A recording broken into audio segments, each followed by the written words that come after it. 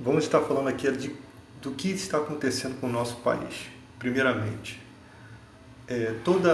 só quem pode mudar as questões do presidente Bolsonaro agora são os eleitores de Bolsonaro. Mas o que aconteceu com a gente? Todos nós erramos, né?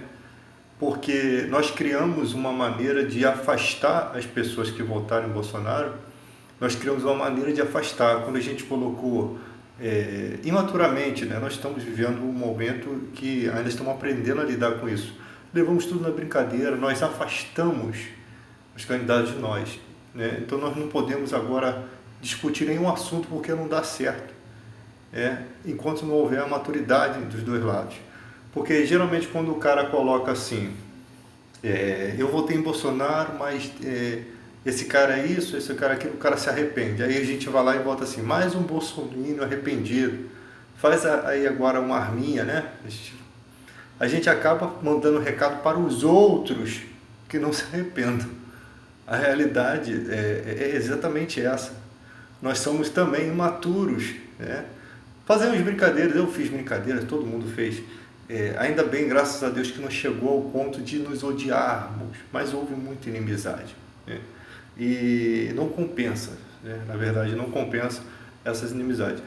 A questão é que se nós tivéssemos um povo em que, por exemplo, se o meu candidato, que foi Ciro Gomes, ele vencesse as eleições e fizesse alguma coisa que eu considerasse errado, que eu visse que estava errado, eu seria o primeiro a publicar um vídeo questionando aquilo. Isso ajuda o país, né? Isso ajuda o país. Eu não posso ficar do lado da mentira, eu tenho que ficar do lado da verdade, independente do que eu confiei, né? Então, o que se esperava, o que nós esperamos é que isso aconteça.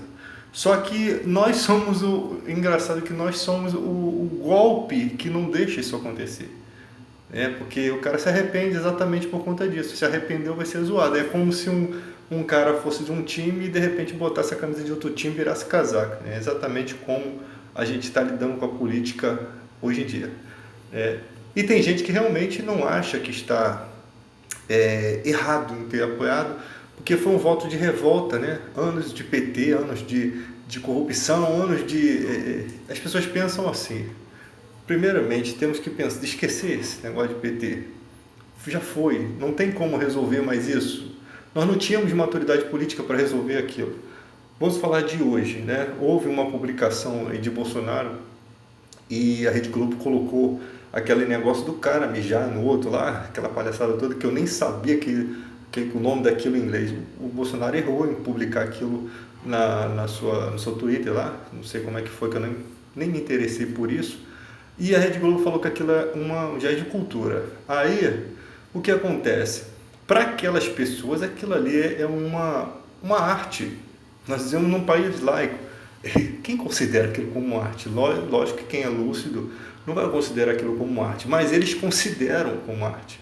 Então a Rede Globo também às vezes não sabe expressar a situação e parece que atrapalha mais isso, né? Só que isso daí isso é bobeira. O que importa é o seguinte, a reforma da Previdência, nós não sabemos exatamente os cálculos de tudo que está acontecendo ali. Nós temos opiniões de pessoas que são especialistas que dizem que tem 66 pontos na reforma da Previdência que são criminosos. Eu não sou professor de Direito Constitucional, então eu não sei, não tenho muita ideia disso, mas eu vou confiar nos especialistas no assunto.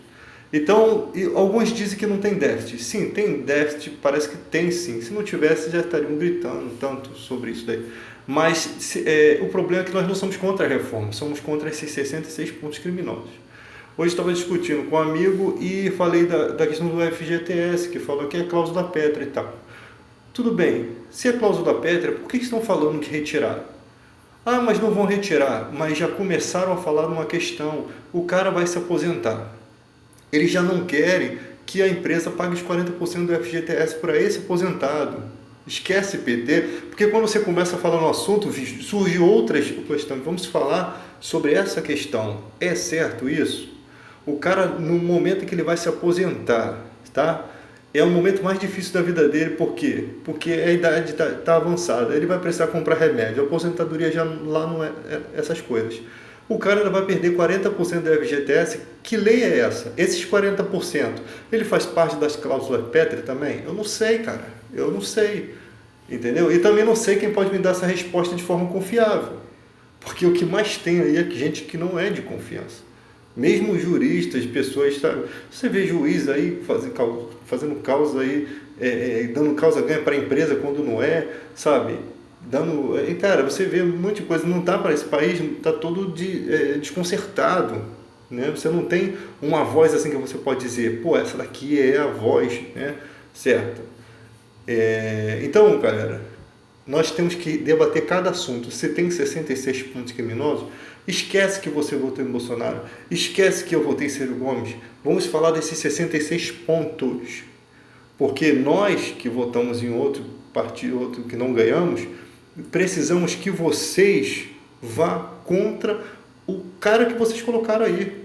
Não contra ele, sim, que você tem coisas que adere à ideia dele, mas contra esses pontos que a gente está querendo citar. Se tem 66 pontos na reforma errado, nós vamos estar ajudando ao presidente a governar esse país de forma certa. Mesmo que ele queira ir para o lado errado, nós não vamos deixar, porque nós vamos questionar. Mas se isso passar, esses 66 pontos, a gente vai passar a história como aqueles que lutaram, como os guerreiros que lutaram, perderam a batalha, né, mas não se submeteram àquilo. No dia que os trabalhadores sentirem esse sofrimento, eles vão saber, porque vai ter provas disso no YouTube, em nossos vídeos, eles vão saber que alguém lá atrás não aceitou isso, né? E vai saber também que muita gente não lutou contra. Porque se eu coloco um cara na presidência, eu tenho que fiscalizar ele. Nós estamos nessa fase de que eu tenho que fiscalizar. É responsabilidade, o meu voto é responsabilidade minha também, né? Ajudei a eleger e também posso ajudar a tirar. Então, tem que ser nós que governamos o país, é a voz do povo, é a voz de Deus, somos nós. Você coloca o político para te representar lá, mas se ele está te representando mal, então ele não está ele não está agindo conforme a lei, né? Ele não está agindo corretamente. Então nós que temos que falar. É exatamente o que está acontecendo. Então essa questão de essas brincadeiras, essas bobeiras, né, acabou desvirtuando isso, porque o cara fica assim, pô, eu não vou falar contra o governo que eu apoio, porque eu não vou dar munição para o adversário. Afinal, né, toda aquela festa, porque quando o Bolsonaro ganhou também debocharam muito da gente, né? Parece que a gente está meio vingativo nessa questão. Mas quando é que vai acabar essa bobeira? Quando é que vai acabar essa besteira? Quando é que a gente vai deixar para trás essas palhaçadas e começar a pensar no nosso país de forma séria, de forma que não é brincadeira esses 66 pontos da reforma da Previdência, tá? Não é brincadeira, não é brincadeira.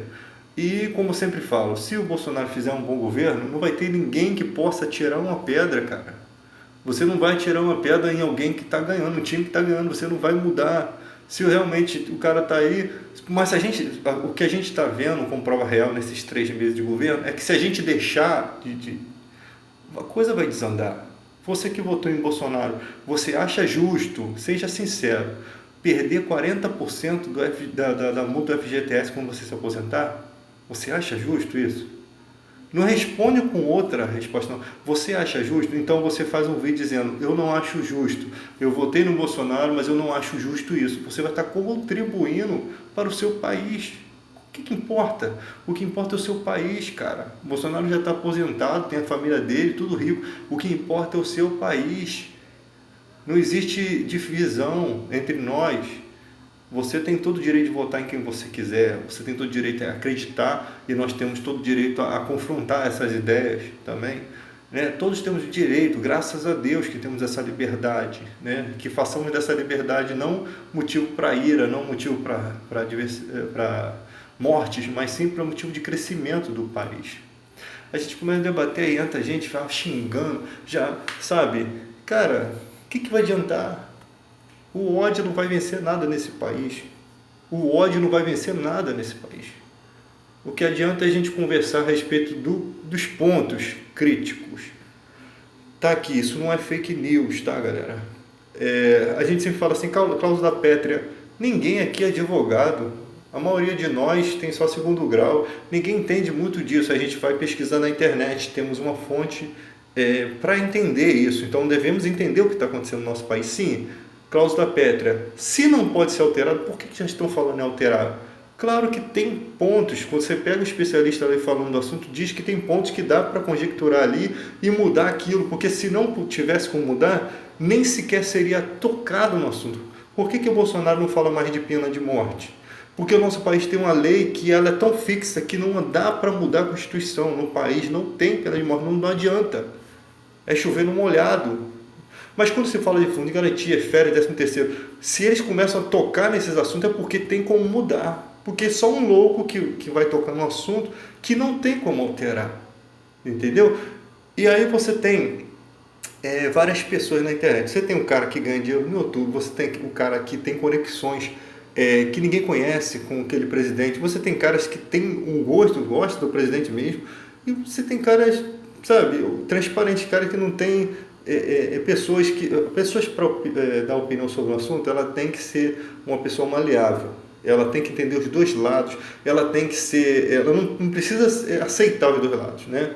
Mas ela tem que entender como é que funciona e ela tem que ter um coração inclinado para a verdade, né? Porque se você, olha, uma coisa que eu vou dizer aqui para vocês, ser bem claro com vocês, na época que, vou falar de Bíblia, que Jesus pregou o Evangelho aqui, diz as Sagradas Escrituras, que muitos da sinagoga, muitos, creram que Jesus era o Messias. E Jesus sabia exatamente que eles sabiam, porque Jesus conhece o coração. Mas eles não confessavam porque não amaram mais a glória desse mundo. Eles tinham medo de perder a sua posição na sinagoga. Olha como é o caráter do ser humano, né? Toda a lei apontava para o Messias. Era a maior promessa da Bíblia, era Jesus Cristo. E Jesus Cristo está diante deles, mas eles preferiram a glória desse mundo. Então daí você vê como é que é o ser humano quando ele descobre a verdade, ele vê tudo aquilo que ele apoiou jogado por terra, mas ele prefere ficar com o quê? Com aquilo que a sua glória. Ele prefere não dar o braço a torcer, né? Essas pessoas não crescem. Elas passam a vida toda se auto-enganando. Nós estamos na época de ser transparente, né? Então, vamos mudar esse país, cara. Parece que, por que Deus está permitindo que o Brasil chegue a esse ponto? Por que Deus está permitindo tudo isso? O que Ele quer com isso? Né? Quando você tinha Hitler, quando teve Hitler, passou ali massacrando os judeus, adiantava orar pela vida de Hitler? Não adiantava. Nós sabemos que temos que orar pelas autoridades, sim, mas não adiantaria orar por Hitler, não adiantaria orar por Nero, né? Quando Davi se depara com um gigante Golias, só para dar um exemplo, o que Davi fez? Você pode imaginar que o gigante Golias poderia ser uma coisa que Deus permitiu, né? Poderia ser a vontade de Deus, a permissiva, não a real.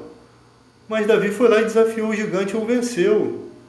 Né? Ele não deixou a história do mundo assim como a gente pensa assim, o presidente está aí, vai ser o que Deus quiser. Não, o poder está aí, as mentiras sendo colocadas, e o que nós fazemos com esse gigante? Nós o desafiamos ou nós nos acovardamos? O que nós fazemos? Indo pelo caminho da verdade, indo pelo caminho do certo. Você vê, por exemplo, o juiz Sérgio Moro, ele falou que não ia ser político, né? Ele não tinha pretensão. Aí ele mudou de ideia, quis ser político. Tudo bem, tá? Foi antiético? Sim, todo mundo tem direito de mudar, tá? Mas aí, quando ele vem como político, a primeira coisa que ele começa a falar é que Caixa 2, em algumas questões, não é crime. Sendo que a juíza lá, Rosa Weber, ela já tinha falado que é crime, e isso está na Constituição. Então, como é que o juiz lá atrás, que fez um vídeo dizendo que é crime, agora está dizendo que não é crime? Aí você entende, o cara já mentiu a primeira vez, dizendo que não queria ser político, agora quer. Parece que disseram assim, a gente precisa de você aqui para mudar isso, porque você tem moral. Pela Lava Jato, você é bem quisto, né, pelo povo. Então você vem e só você pode falar sobre isso. Exatamente. Você pensa que eu sou idiota, que eu sou trouxa? Ou que o povo brasileiro em si, em sua maioria, é idiota? Ou Sérgio, você pensa que nós somos idiotas? A ponto de não entender isso. Você podia ter dito, não, eu não quero ser ministro. Aí voltou atrás. Mas se viesse, era para vir fazer o certo. Aí você já começa errando. Aí você quer que a gente não critique isso? Você quer que a gente veja isso com bons olhos?